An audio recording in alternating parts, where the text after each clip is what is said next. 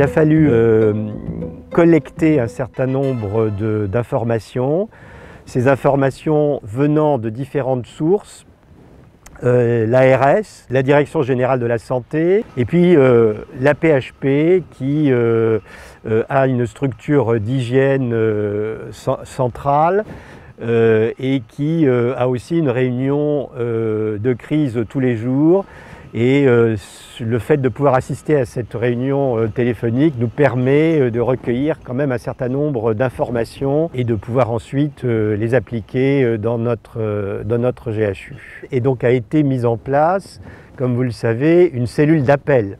Cette cellule d'appel fonctionne depuis 3 semaines et depuis 3 semaines on a eu un total d'un peu plus de 700 appels. Et donc nous avons essayé de répondre aux questions extrêmement diverses sur la contagion, sur les signes qu'on découvrait au fur et à mesure, faut bien le reconnaître, sur le temps d'éviction, les possibilités quand on retourne au travail, etc. Enfin, énormément de questions. On a très vite compris qu'il y aurait des cas, aussi bien parmi le personnel soignant que parmi les patients. Et donc, ça nous a amené très rapidement à se poser la question de la réorganisation des différentes unités, tant dans la partie Raymond Garcin que dans la partie psychiatrique qui est extrêmement dispersée, qui